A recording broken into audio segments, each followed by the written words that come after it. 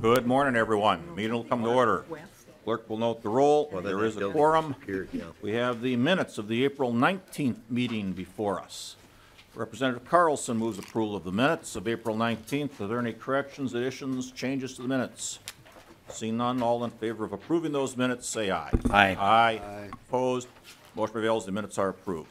Okay, members, I'm changing the schedule for today. We are only going to be taking up the Vogel debt limit bill and the Luick lands bill. With regard to the interlock bill of Representative Scott's, with some of the amendments I saw of Representative Hillstrom, I had some concerns about whether there were fiscal effects there, and I guess I feel we need to research that further in case those amendments would go on. In regard to Representative Heintzman and the LCCMR bill, he had an amendment that didn't make the deadline, and so we'll be having other meetings probably this time next week, and we can presumably take up those bills and whatever else appears then.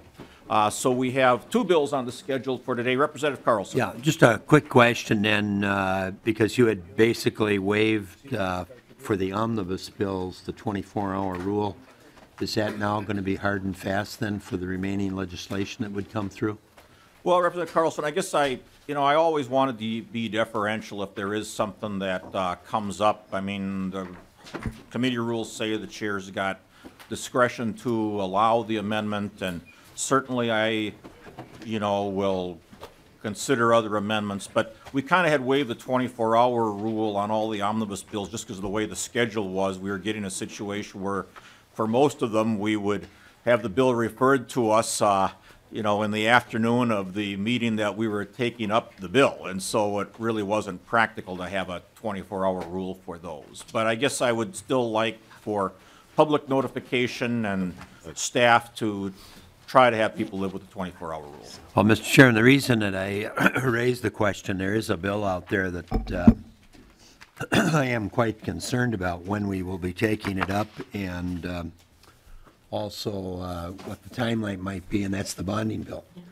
And I don't want to debate or revisit last year, but if we have a hard and fast 24-hour rule and the bonding bill comes up rapidly like it did before on whatever day, I would hope that the chair would provide us with some flexibility if need be, so people on both sides of the aisle could conceivably have amendments, because it is one of our larger bills. Well, Representative Carlson, I will commit to you that if we are in a situation where, like some of the other omnibus bills, it's not practical to have a 24-hour rule, I'll certainly let people offer amendments. Okay, well, thank you. Representative Wagenius. Well, since we're not hearing the LCCMR bill today and there is a bonding bill coming, certainly I'd want to point out that a bonding bill could cure the problems in the LCCMR bill like that. Well, I'm not sure what the problems in the LCCMR bill are, but I'm sure when we hear it, I will find out about them. Representative Wagenius. Well, in that case, Mr. Chairman, let me point out that what the governor proposed was having $30 million in the bonding bill for CREP. And what the LCCMR bill did was take away about 20 plus projects that people had were recommended to the legislature and had gone through the process, and took all that money and gave it to CREP. So that has raised lots of issues, and the biggest one I would say from your point of view would be that folks should remember that the last time there were substitutions 2 years ago where the legislature put in proposals into LCCMR that were not recommended and took away a bunch. The governor didn't do anything, of course, about the ones that were taken away, but for the ones where the legislature did things he didn't recommend, he line item vetoed every one of them. And if you haven't read that veto letter, Mr. Chair, I think I'll get it to you. It was quite strong. Well, I don't have anything in the LCCMR bill. Are you sure? Not that I know of, but anyway, Representative Hausman. Thank you, Mr. Chair. And to that point, as I looked at what was deleted, because you sometimes do think that legislators look at these rather personally, that both University of Minnesota Morris and University of Minnesota Crookston had their projects deleted, which surprised me a little bit. Well, and Representative Wagenius, I guess just because I may not have anything in particular in there that's a high priority for me personally, doesn't mean that there aren't other projects, I think, that are in there that are, you know, important to the state that I might not feel should be done. But anyway, Representative Wagenius.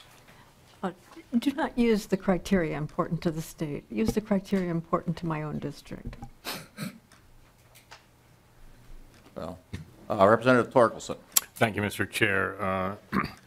And I'd just like to point out that the proposal of $30 million in bonding does not begin to meet all the needs for CREP. It's only, even if it were to be put into bonding at that figure, it does not satisfy the need to fulfill what's needed to fully fund that program.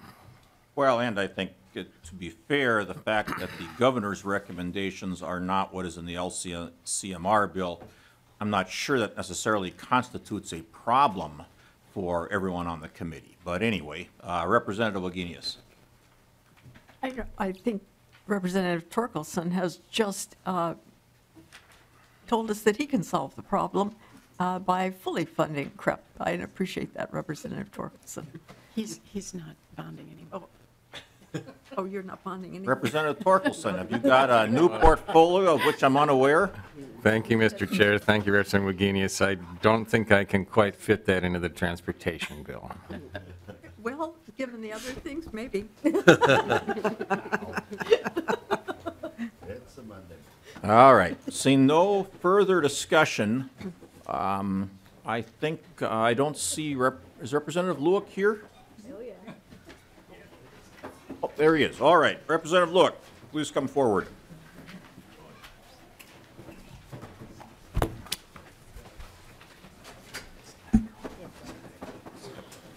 Representative Lueck, welcome to the Committee on Ways and Means. The chair will move that Senate File 1124 be referred to the General Register, and the chair will move that House File 1451 be substituted in place of the Senate language. This is a procedural motion to get the bill in shape. Any discussion to that motion? Seeing none, all in favor say aye. Aye. Opposed? Motion prevails. The amendment is adopted. Representative Lueck, we have the A2 amendment as well. Do you want to do that now, or do you want to first present the bill? Thank you, Mr. Chair and members. I think it'd be better just to go ahead and if we could move that amendment, and then we're talking about one big chunk of paper. All right, sounds good. Chair will move the A2 amendment. Can you describe the amendment, Representative Lueck? Yes, what this does is really brings the House and the Senate bill into full alignment. It codifies some relatively minor language.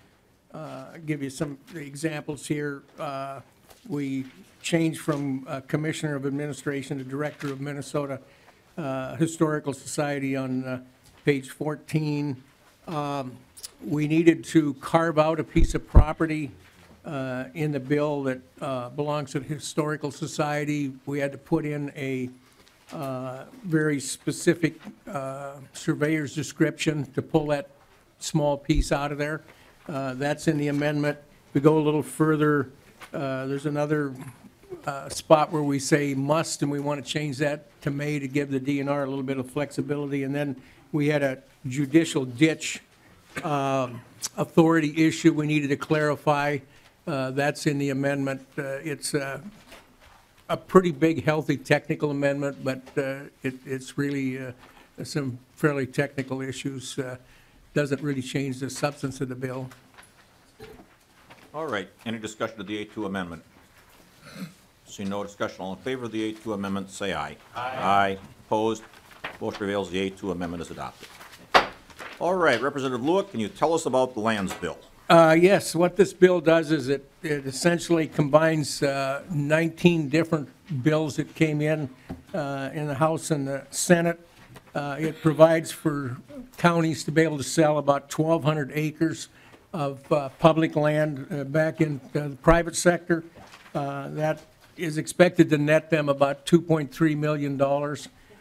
It also provides the DNR similar option to divest themselves of about 715 acres, and anticipated that that would net them about $1 million. A couple of unique things there. Minnesota Historical Society would like to convey a piece of property to the Lower Sioux Nation, and that's in there. Again, as I mentioned earlier, settling who actually is responsible for contracting for maintenance of a judicial ditch system is in there, a very minor detail, but for those that are not familiar with judicial ditch systems, they used to be, they're named that because they were on a county boundary, so you had two counties involved. Well, now we do a lot of that by watershed, and they overlap county boundaries, so we have to make that kind of technical change. This is something we basically do literally every year. I guess as one that's worked on the other end of this at the county level, I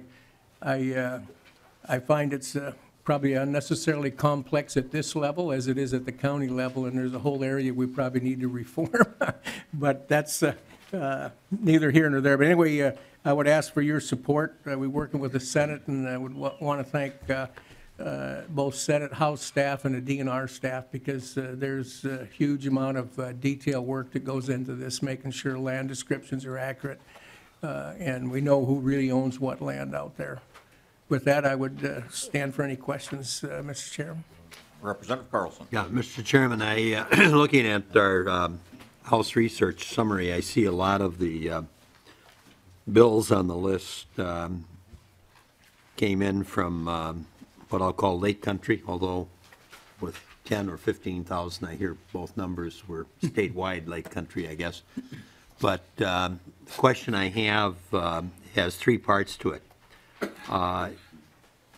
Is any of that lakeshore with the word conveyance, is any of that school trust lands or University of Minnesota trust lands?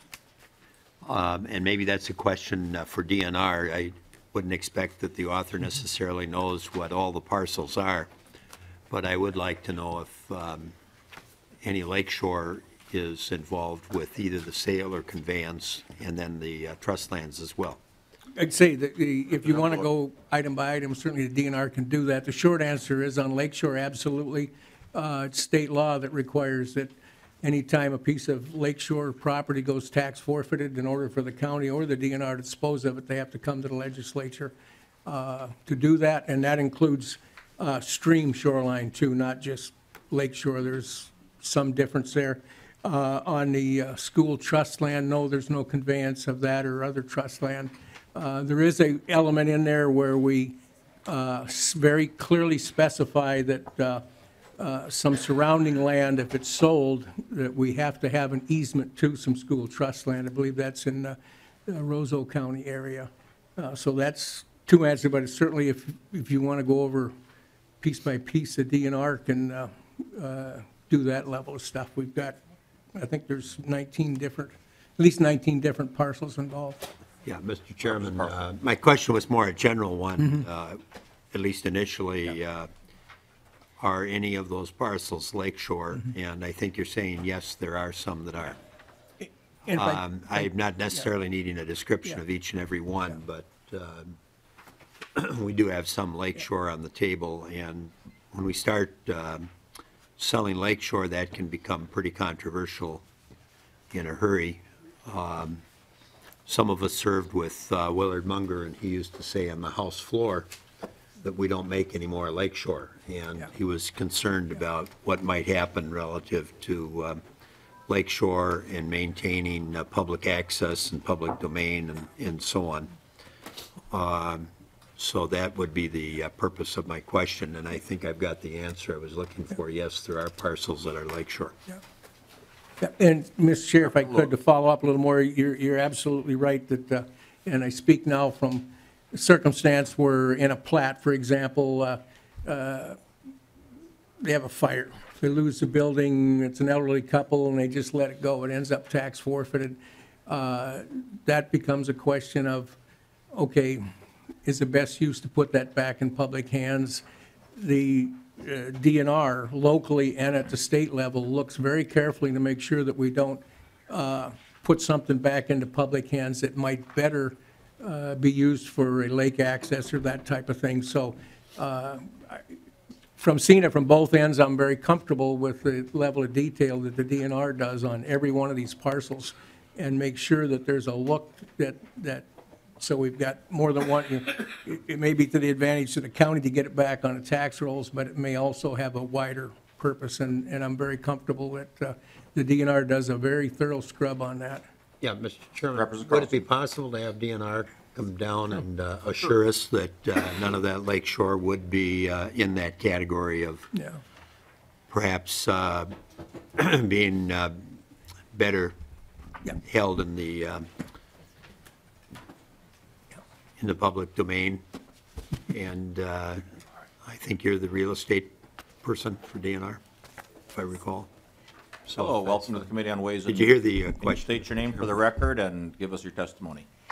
Thank you, Mr. Chair and Representative Carlson. My name is Susan Damon. I'm Land Acquisition Legal Services Manager for the Division of Lands and Minerals. The DNR conducts a thorough review whenever there's tax forfeited land bordering water exceeding 100, well, actually, we review all tax forfeited land bordering water. But we have reviewed all of the tax forfeited parcels here and approved their sale. Yeah, Representative Carlson. Chairman, what I'm trying to get clarified is that none of those lakeshore parcels should be, need to be, would be better in the public domain for public usage. Ms. Damon. I just want some assurance, Mr. Chairman, that that's what the outcome of the DNR review is. Ms. Damon.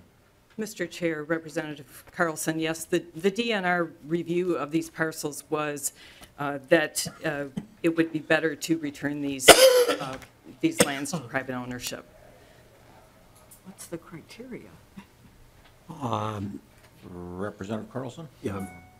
I guess what I'm searching for, Mr. Chairman, is what that criteria is in terms of making that determination then. I just want to be comfortable that we're not giving over land that would be better served, or the public would be better served by keeping it in the public domain. Now, I know you've reviewed it, and I'm not saying that what you're saying isn't accurate, but I just want some assurance that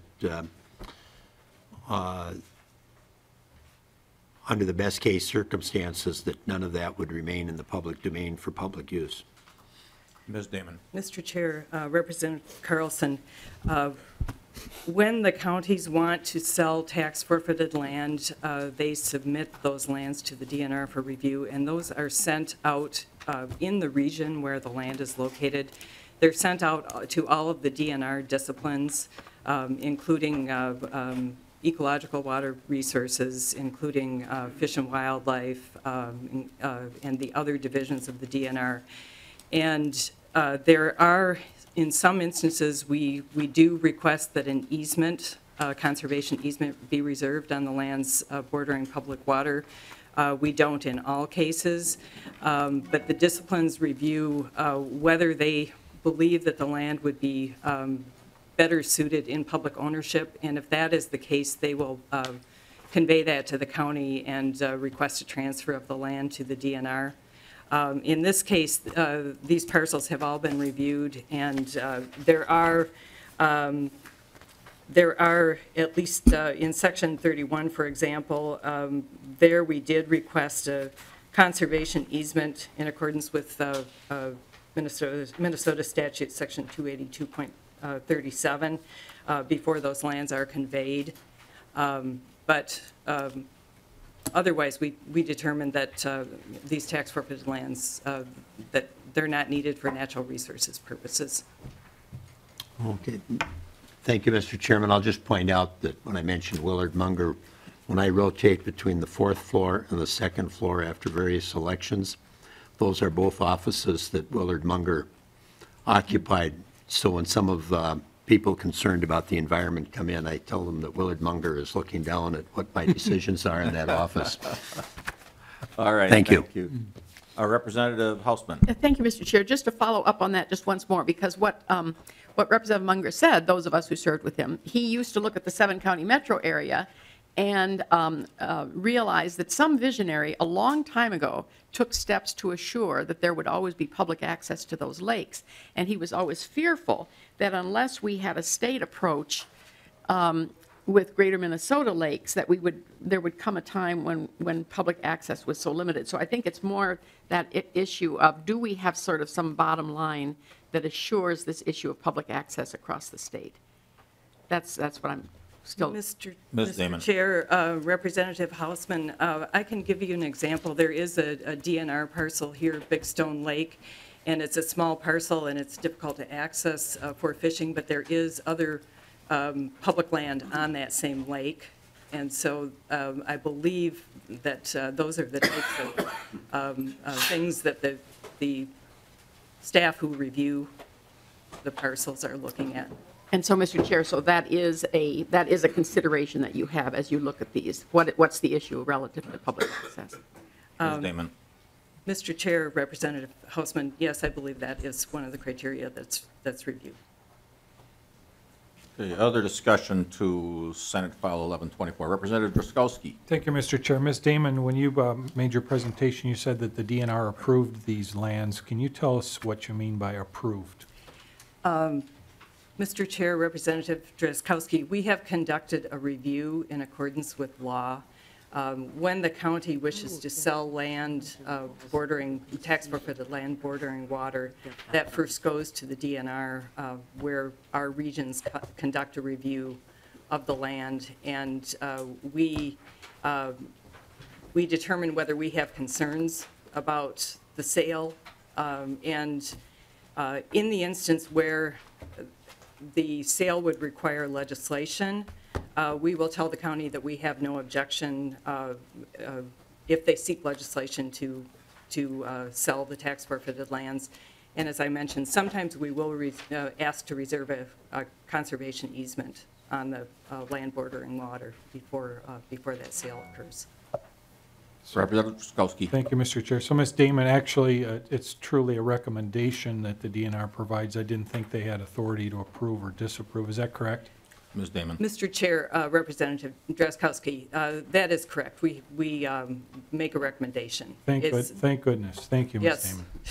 Okay, Representative Erdahl, I'm sorry I skipped over you, so we'll take you and then Representative Fabian. Representative Erdahl. Thank you, Mr. Chair, and I just wanted to make sure of one thing, because some years ago, there was a certain reference slipped into this bill in the dark of night, and I want Representative Lueck to assure you, Chair Knobloch, that there is no reference to anything called Greenleaf State Park or Greenleaf State Recreation Area in the bill. Could you make that assurance, Representative Lueck? Absolutely, Mr. Chair, Representative Erdahl. Representative Erdahl, I read through the bill twice just to make sure. Representative Fabian. Thank you, Mr. Chair. Well, part of mine was in relation to what Representative Drazkowski was doing with regards to the approval / recommendation and so forth. In Roseau County, I'm sure that people can see in the bill, there's a number of parcels here that are going back on the local tax roll. Roseau County's been working very hard with the Department of Natural Resources to make these sales. These sales, when they have these public auctions, these parcels of property are sold. I think Representative Wagenius said something like right now earlier. That's how much demand there is for these smaller parcels that people want to build a home on or put a cabin on, increase local tax revenues to our schools and townships and counties. And this is a small step towards what many of us in northern Minnesota have been asking for a long time, which is to get more of these lands back into the hands of the public. When the Department of Natural Resource manages 5.5 million acres, there are a number of parcels out there, and there are a number of options available to counties to sell tax forfeited lands, and I wholeheartedly support that and look forward to continuing this in the future. Thank you. Other discussion to the bill? Representative Lueck, any closing comments? No, Mr. Chair and members, except thank you for good hearing and lots of good questions. All right, with that, Chair will renew his motion that Senate File 1124, as amended, be referred to the General Register. All in favor, say aye. Aye. Opposed? Motion prevails. Senate File 1124, as amended, is referred to the General Register. Representative Vogel.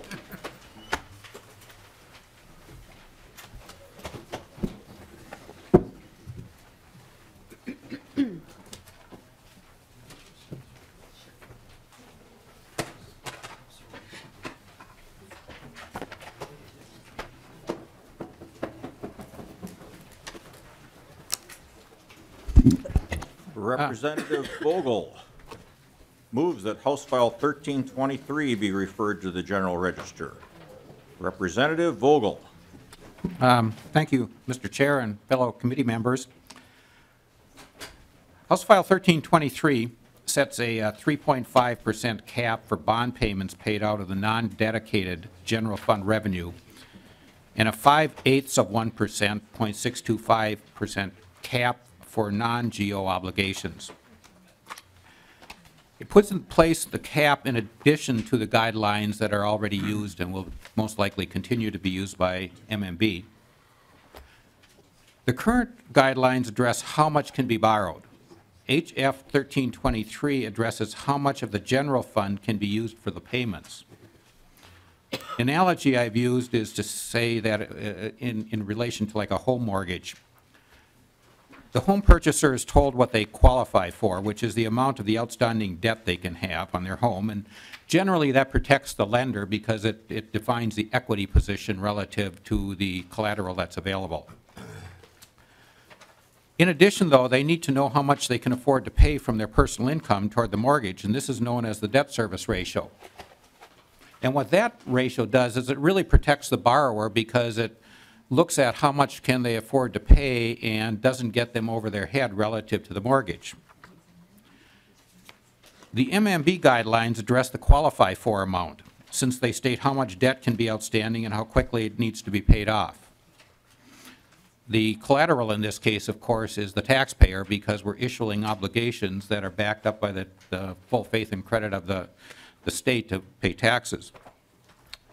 Prior to 2009, the guidelines also looked at how much we could afford to pay out of our state revenue, but that guideline was dropped, and House File 1323 puts that affordability test back by capping all general fund payments at 3.5% of forecast general fund revenues. It looks at all payments made from non-dedicated general fund revenue over all periods in the forecast. And that's important because right now the MMB, which does a really good job of keeping our rating up, is really looking at a static measure, something that we're looking at right now.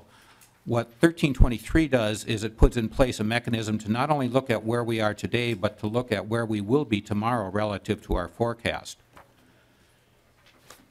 In addition, it also caps all obligations not requiring the supermajority 60% vote to no more than 5/8 of 1% of non-dedicated general fund revenue. There was a long history of using a debt service calculation going back to 1979 when the Quia administration adopted one for 2.5%. By the mid-'80s, that guideline had increased to 3% and stayed that way until being removed, which affected the 2010 guidelines and those thereafter. Since the debt service percent was dropped, there's not been a forecast benchmark used to show how much of the general fund resources are needed to be used to pay for debt. In 2008, the last year the debt service guideline was in place, payments were 2.45% of the general fund revenue and totaled just under $410 million, $409,296,000. In 2016, they were 3.59% of general fund revenue and totaled $749,430,000, a difference of $340,135,000, which is an increase of 83% over 2008. And this is really what captured my attention is we've had an 83% increase in the amount of general fund money that's needed to make bond payments. Just as significant, appropriation bonds totaled only $18 million in payments in 2008 compared to over $125 million in 2016. And I believe that can mainly be attributed to the only needing a simple majority rather than the supermajority the GO obligations need. HF 1323 clearly defines what is to be included in the calculation of the 3.5% cap on all dedicated general, non-dedicated general fund obligations, as well as the 5/8% cap on those not requiring the supermajority. It mandates that all budget forecasts include those calculations, so the legislature is continually updated on what the public is obligated to pay from the general fund revenues they provide. It looks at all forecast periods so the legislature can make better informed decisions about how much of the general fund revenues they believe prudent for debt payments. It puts in place a cap, not a target. So there is a clear understanding of both the current and long-term effects of the borrowing and what will be. It does not stop bonding. In the current budget forecast, it does allow for quite a bit of flexibility if the legislature decides to have a bonding bill this session. Most importantly, it provides a well-defined method to help the legislature focus on the prudent use of debt, so both current taxpayers can utilize the capital improvements debt can support, while also protecting them and future generations from not being overburdened by the resulting payment obligation. And with that, Mr. Chair, my presentation and what it does. All right, thank you, Representative Vogel. Questions for Representative Vogel? Representative Hausman. Thank you, Mr. Chair. I have a number of comments, and as much as anything, they're probably addressed to the chair and members because of the implications. First, the bill seems to be going backward. About the time of Rudy Perpich, they had a guideline that said we would limit ourselves to 1% of the general fund. During the Pawlenty administration, people who look at this say the dilemma with that is it's hard to compare our level of debt from state to state because the general fund is made up in so many different ways among the states. And so it's not a good way to compare ourselves. Where are we with others? And so during the Pawlenty administration, as they rewrote those guidelines, they said, we're going to do 1% of personal income. That is something we can compare from state to state, which is then what the rating agencies do. And what I would contend, reading all of the rating agency reports, is that nothing is broken in this state. The rating agencies always say Minnesota has guidelines and they stay within them. We're very clear. We know what the guidelines are and we measure every year. And as long as I have been here, we've never broken those guidelines. But here is the dilemma that experts tell us about putting it in law. And I think I have spoken to the person from the Pawlenty administration who wrote those guidelines, and I think he would agree with me. The reason specialists in this area suggest that they should be guidelines and not written into law is if the bottom drops out of the economy badly, by doing nothing, by doing absolutely nothing, the state could be out of compliance with state law. That's why it's a guideline and not law.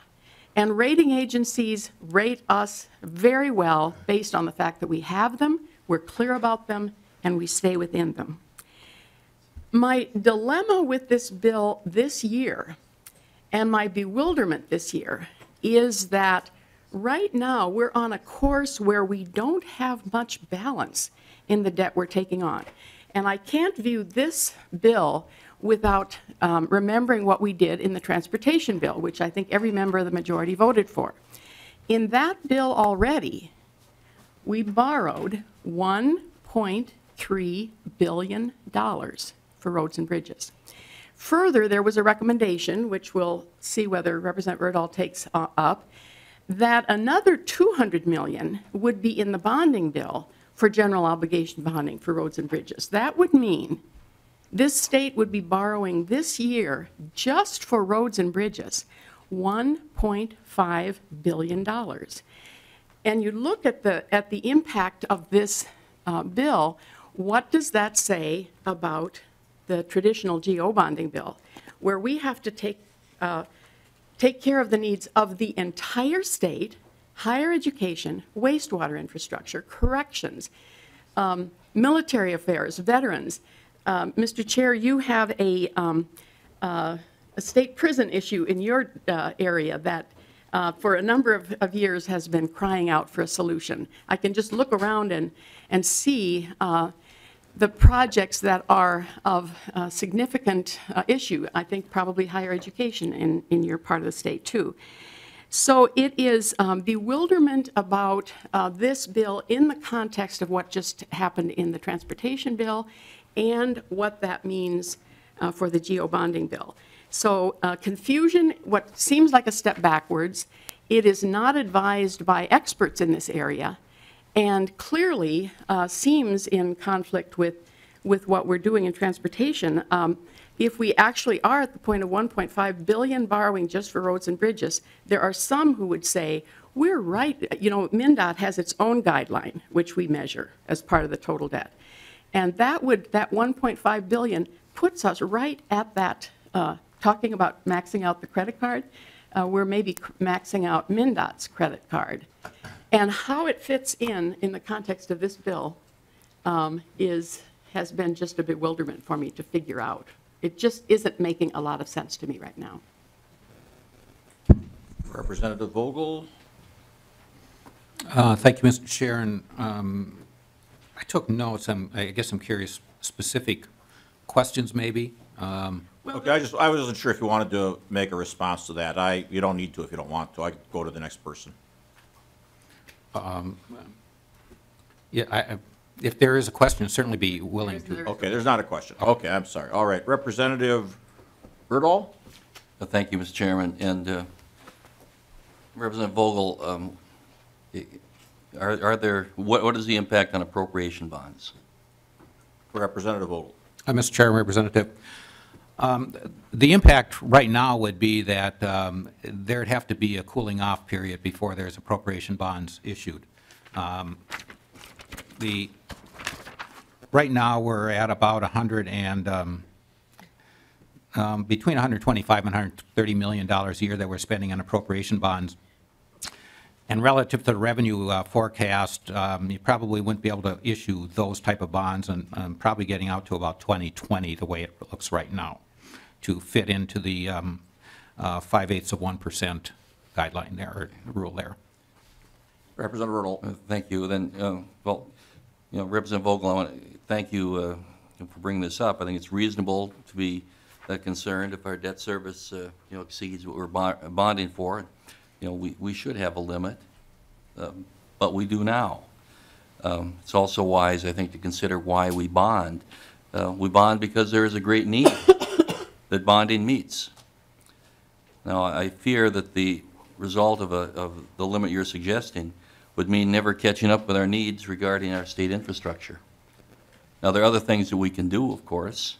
We could pass it on, more bonding projects on to other entities. We could say to our colleges, take care of your HEAPR needs on your own, because we're not going to do all of them.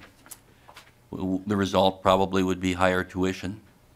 We could say to our local units of government, you know, we can't, we're not going to do your water tower, we're not going to do your wastewater treatment plant, and therefore you can raise your levies, you could raise your local property taxes to take care of it. You know, I have a case, my small town of Cosmos. Years ago, they were told that they had arsenic in their water, and they had to do a new water tower. Now, they didn't want to do that. They said they thought it'd be cheaper to bring in bottled water every day and give it to all the people in Cosmos. The state thought that was a bad idea and required that they do the new water tower. Now, fortunately, there was state bonding money to help with that. But Cosmos is not a very wealthy town. I'm certainly glad for some of the other problems that that town had that Chair Hausman and with the help of Representative Dean, we managed to put some aid for Cosmos into a passed bonding bill. But what I'm saying is that the effect of this on some of our small towns, if they can't get help with their needs through bonding, we frankly, some of our small towns will cease to exist. And when we look at appropriation bonds, we had a situation just a few years ago that Representative Hamilton remembers well, where we had the Lewis and Clark pipeline in a bonding bill and discovered late, almost the 11th hour, that we couldn't do it that way. And so appropriation bonds were used to basically save the Lewis and Clark project. Had we not had that availability, I don't know what would have happened. And so, concerns for various reasons. We do have a limit now. No one is suggesting that we even come close to going by that limit. The governor's $1.5 billion bonding proposal is still a couple $1 billion below what we could do. And again, we're not suggesting that we even approach that amount. But I echo the concern that Representative Hausman had about if we have a natural disaster. And we have a long-term dictum here that we cannot bind future legislators by statute, which is essentially what we would be doing with this. So again, Representative Vogel, I want to thank you for bringing this up. It's important to consider and to have this discussion, but I do believe that our system has served us well. And again, we are well below our bonding limit now and are highly rated by the rating agencies. Representative Dean. Thank you, Mr. Chair and Representative Vogel. I was wondering if you could just go over the debt limits. There's category 1, category 2, and they vary by several 100%. I was wondering if you could just kind of explain what those different guide points are or percentages, or if crack staff Andrew behind you could maybe just give us just a quick rundown of where we are with those and exactly what the law says we're supposed to use and what we're not supposed to use. Representative Vogel or Mr. Lee? We're going to go to Mr. Lee. Mr. Chair, yeah, if Mr. Lee could answer, I think that would be helpful. Okay, Mr. Lee, welcome to the Committee on Ways and Means. Please state your name for the record and give us your testimony. Mr. Chair and members, my name is Andrew Lee from House Fiscal Staff. The February forecast debt capacity report would allow, so there's 3 guidelines that are currently policy guidelines that the Department of Management and Budget maintains. The first guideline, these apply to, the first 2 guidelines apply to the amount of principal outstanding for debt. So in other words, that's the total amount of debt that the state can take out, not the payment mechanism. Under the first guideline, the state, and that is, so it's the amount of principal outstanding, and the denominator in that equation is the estimated state personal income.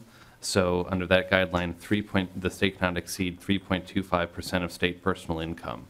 And currently, there's a capacity of $1.529 billion in capacity. Now, I should preface that that's the additional amount of principal outstanding. So that's not necessarily, a bonding bill could be no larger than $1.5 billion because it would take number of years for that amount of principal to actually go into Guideline 1, which is the amount of principal outstanding. So under Guideline 1, in order to max that out, right now the Department of Management and Budget estimates that it would take a $3.4 billion bonding bill to hit that Guideline 1 limit.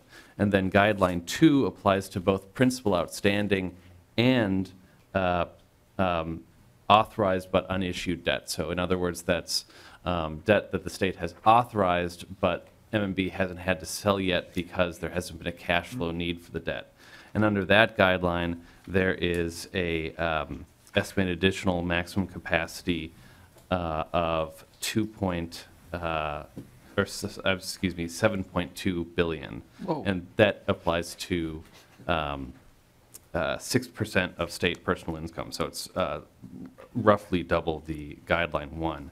And the third guideline is relates to how quickly the debt is defeased or paid off. That states that the GO debt must be paid off 40% within 5 years and 70% within 10 years and have a term that is no longer than 20 years. Now that applies only to the GO piece of the debt. That doesn't apply to the general fund or the appropriation bonds piece of the debt. So appropriation bond terms can be for much longer, 25 to 30 years. And in the past, some larger amounts have been in those longer terms. Representative Dean. Thank you, Mr. Chair, and thank you, Mr. Lee. I knew you'd be able to break that down for us real quick, and appreciate that. Representative Vogel, I appreciate you taking a peek at this. As a banker, you're probably scratching your head figuring out, you know, how much money you would give the state if you were supposed to approve a loan. And I think that's a really good idea for us to take a peek at. And but also just encourage you to take a look at the differences between what we need a supermajority for and what we don't for appropriation bonds. I think we're heading in the wrong direction with the Senate office building. If we can't get 81 votes to do something, we'll just get appropriation bonds and send a bill from one agency to another. And I think that's a bad precedent to go down. But also, the difference between what we're spending on existing buildings versus new buildings.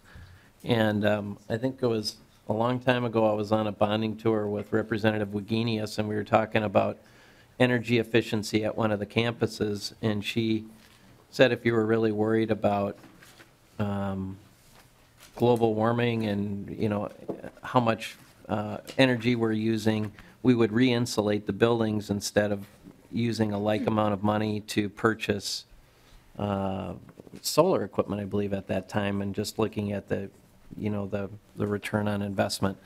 Realizing that when we build a new building, we take on the future maintenance costs of that project. So I would also like to look at how we're trying to, when we decide to add square footage to our stock of buildings in the state, we realize that we take on the future maintenance of that as well. And so I really like you taking a look at this and tightening down on it. And for those who worry about not being able to borrow enough money to build new stuff, a few years ago I got in trouble with North Dakota for making fun of their capital. And one of their legislators called me and said, "Oh, we understand that you're fixing up your pretty capital and you need some money. We could loan you some." And then he then asked me what this strange thing we had in Minnesota called bonding was, because they use cash. They don't bond. And I think Representative Vogel figured out pretty quickly that the money we're spending on interest right now, we could be, if we didn't have the money we owed, we could be spending cash every year on a bonding bill and doing pretty well. So I appreciate that. Representative Hausman. Mr. Chair, to the issue of appropriation bonds, and we've talked about this at a previous meeting, not Ways and Means. The reason we suddenly got out of control with appropriation bonds were two projects I actually voted against, and one was the Viking Stadium and the other is the US Bank Stadium. I voted against those. I mean, that was a really bad idea. The university also used it for its research buildings. The university has already had the discussion we're having today, and they have determined they're not going to use that appropriation bond as a future tool, that it has a real downside. Here's the dilemma. So we know we repented of those, we're not going to do them. Here are the kinds of issues we affect, though. Representative Erdahl mentioned the Lewis and Clark project where it doesn't work, just the nature of that project. But the other one that I think all of you care about, and that is the housing piece. And a number of years ago, we determined if we worked directly with Minnesota Housing Finance Agency and allowed them to use their bonding authority with appropriation bonds, they could partner with Catholic Charities, Lutheran Social Service, Common Bond, Beacon, Aon, all these nonprofits who are working in this area. And $1 of ours would leverage $3 of private money that all those nonprofits were doing. And we have projects all over the state now that are housing people who would otherwise be homeless because they can't afford what's out there.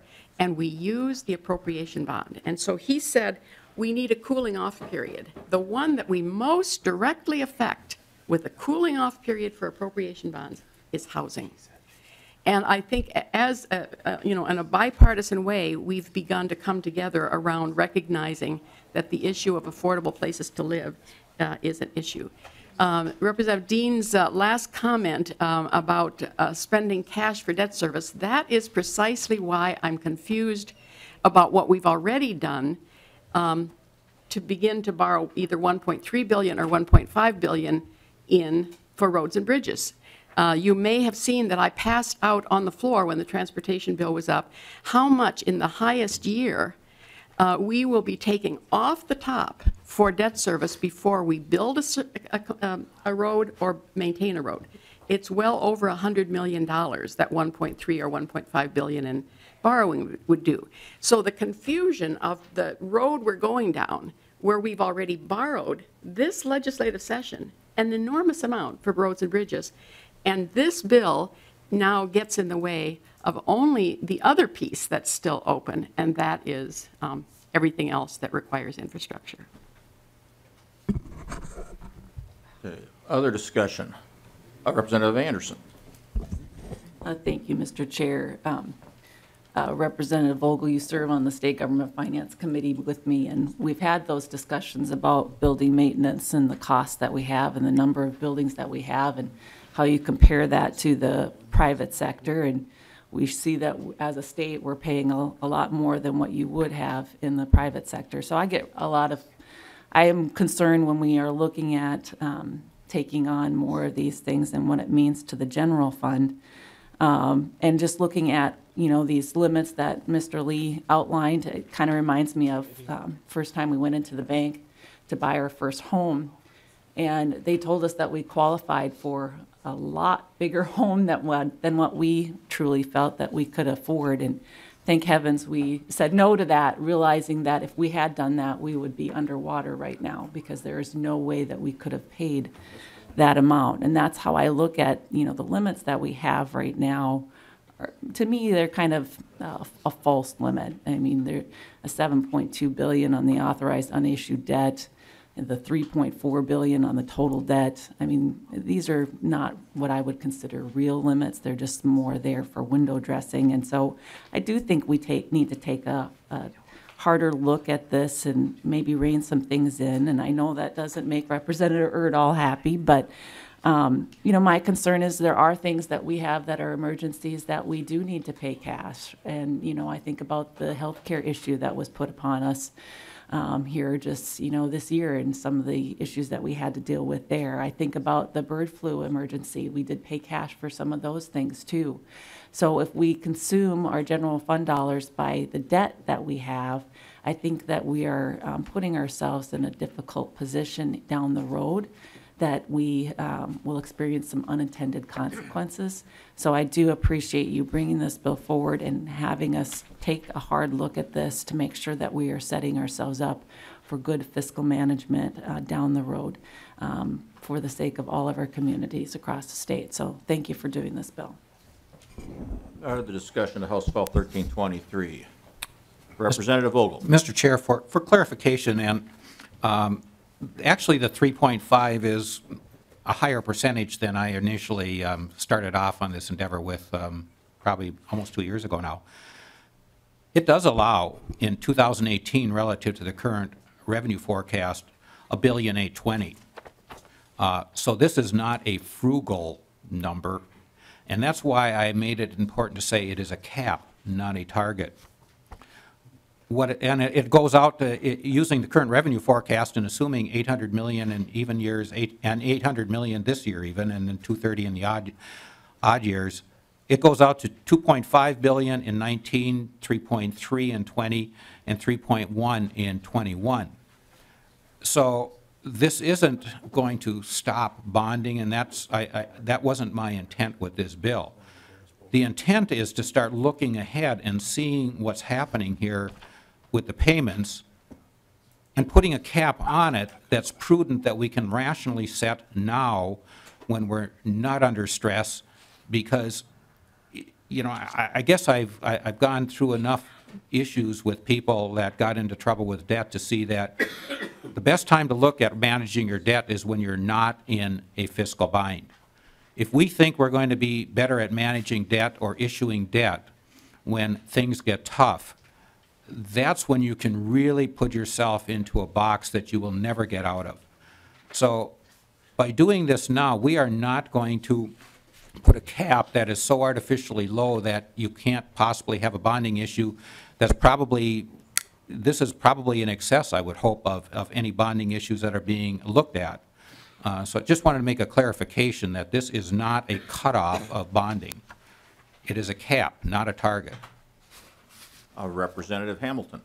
Thank you, Mr. Chairman. And I don't know if this question is to the author or to the Chair of Capital Investment, but the example of the Lewis and Clark project, we've completed phase 1, we've completed phase 2. We're working on getting phase 3, the final phase, funded this year. In the event this would pass, would this delay the Lewis and Clark project out until the year 2020? Do you want to take that, Representative Erdahl? Mr. Chairman, Representative Vogel may correct me, but I do not believe it impacts this bill, the one this year. The next year, I think it would. Is that correct, Representative Vogel? Representative Vogel. Thank you, Mr. Chair. I'm sorry, Representative Erdahl, could you repeat that? Representative Vogel, Representative Hamilton was wondering if it would affect the third phase of Lewis and Clark, which is due in this present bonding bill. Representative Vogel. Mr. Chair and Representative, it would not, from what I can tell. We are putting this into, I'm just looking at the effective date. I think it's for periods after July of 18. So Lewis and Clark would be taken care of before this is going to stop it. And I think it's also important to remember that some of Lewis Clark was being done with cash sometimes, and some was being done with appropriation bonds. So it wouldn't necessarily preclude something like a Lewis and Clark from being in a capital improvements bill. It would just preclude the issuance of more appropriation bonds, which are now costing us nearly $130 million a year in payments. Okay, other discussion to House File 1323.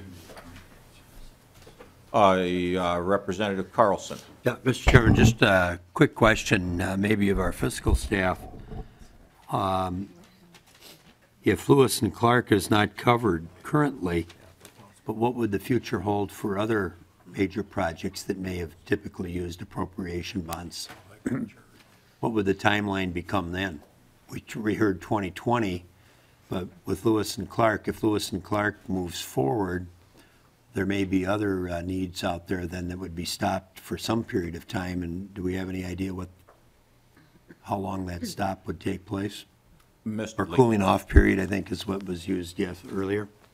Mr. Lee. Mr. Chair and Representative Carlson, the currently, the way the language is drafted, the percentage guideline of how much debt could be being put forward towards appropriation bonds would have the state, based off of current law, authorized and unissued, exceed the limit for the next biennium for fiscal 18 and 19, and then there would start to become capacity in fiscal 2020 and 2021. So essentially adding additional above current law base would have to, for debt service, would have to wait until fiscal 2020 or 2021. And as far as the Lewis and Clark issue, there's sort of two pieces. Adding additional appropriation bond debt service for Lewis and Clark would be in excess of the guidelines for the first 2 years of the next biennium. What would be sort of a question is there's an amount of principal that's authorized, but when the Lewis and Clark sold the debt, they didn't need as much debt service because essentially the interest rate came in lower, so there was an amount of principal that is still available to Lewis and Clark with the current debt service appropriation. And I would have to double check in terms of how much principal that supports. Thank you. Okay, Representative Hausman. Thank you, Mr. Chair. But here's how you see why we sort of get in trouble when we talk about putting this into law as opposed to a guideline, because there's no flexibility. We all can acknowledge the reason we suddenly have our eyes on appropriation bonds is those two very bad ideas we did, those stadiums. We shouldn't have done them. I know I voted no. And I would agree with Representative Dean, by the way, on the Senate office building. That shouldn't have been an appropriation bond, and we know why we did that. So we understand that. Do we want to write into law now a limit for a tool that has allowed us to do some really good stuff where it just doesn't work to use general obligation bonding? And the two examples we have right now are the Lewis and Clark project and housing. Those are the two where I think they're noble purposes. And it's a tool that general obligation bonding doesn't work for. It enables us, in the case of housing, to leverage private dollars. That's the dilemma with writing, because the author said this would mean a cooling off period for appropriation bonds. That's what the author said. We're writing that into law. Representative Drazkowski. Thank you, Mr. Chair. Well, the discussion has been very interesting. Meanwhile, Minnesotans are wondering what is going on here at the legislature as we continue to borrow more and more money. We're now at $1.5 billion per biennium for debt service to pay off the debt we have, and our insatiable appetite for bonding and spending needs some discipline. We don't have the ability to provide that discipline ourselves. We've demonstrated in the past, and it continues. And so thank you, Representative Vogel, for bringing this bill.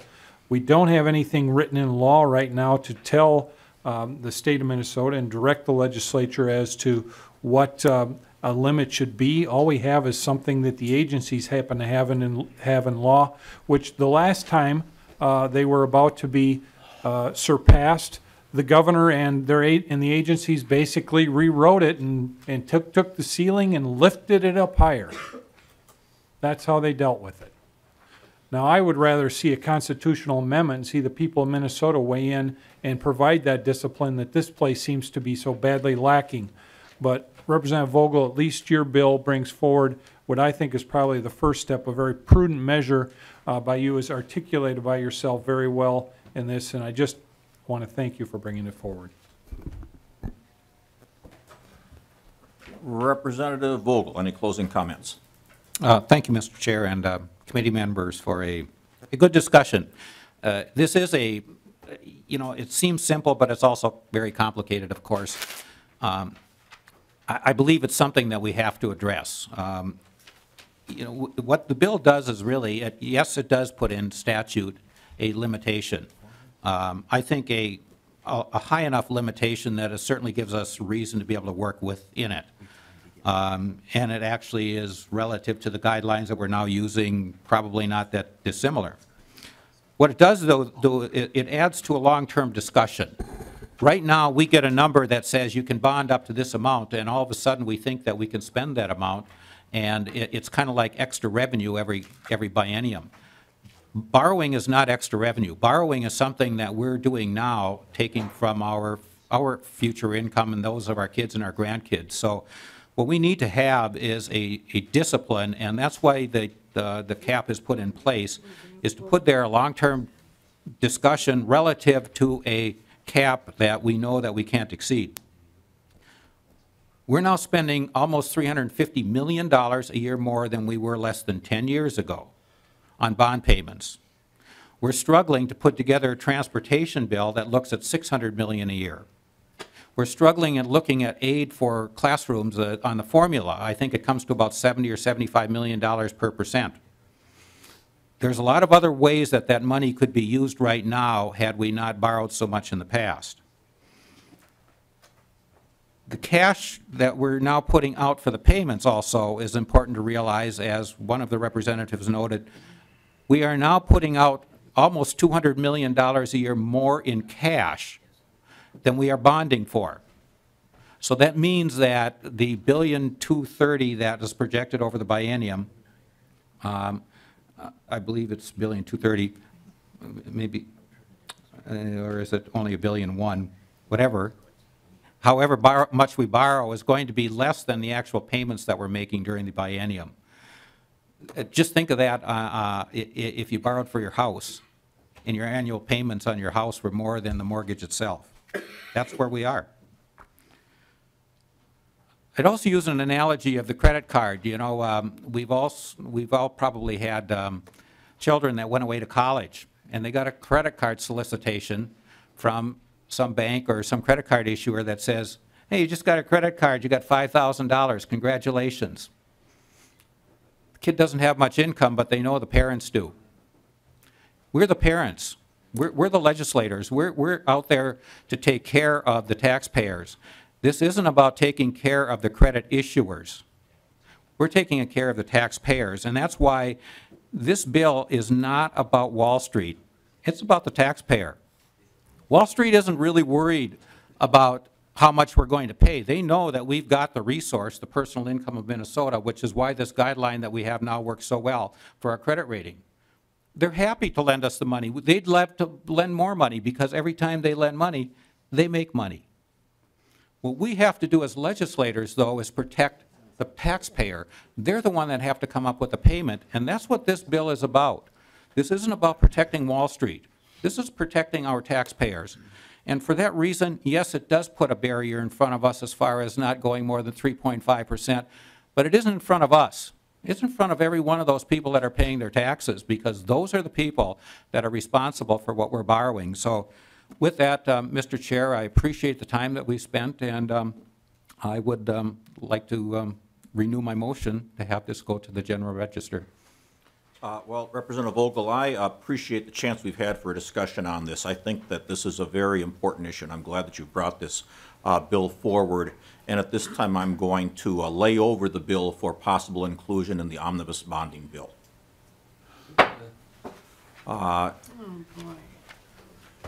The meeting we will have probably this next Monday. We will, I anticipate, take up the other two bills that we originally had on the agenda today that I talked about us taking off because of the amendment issue and the fiscal note issue.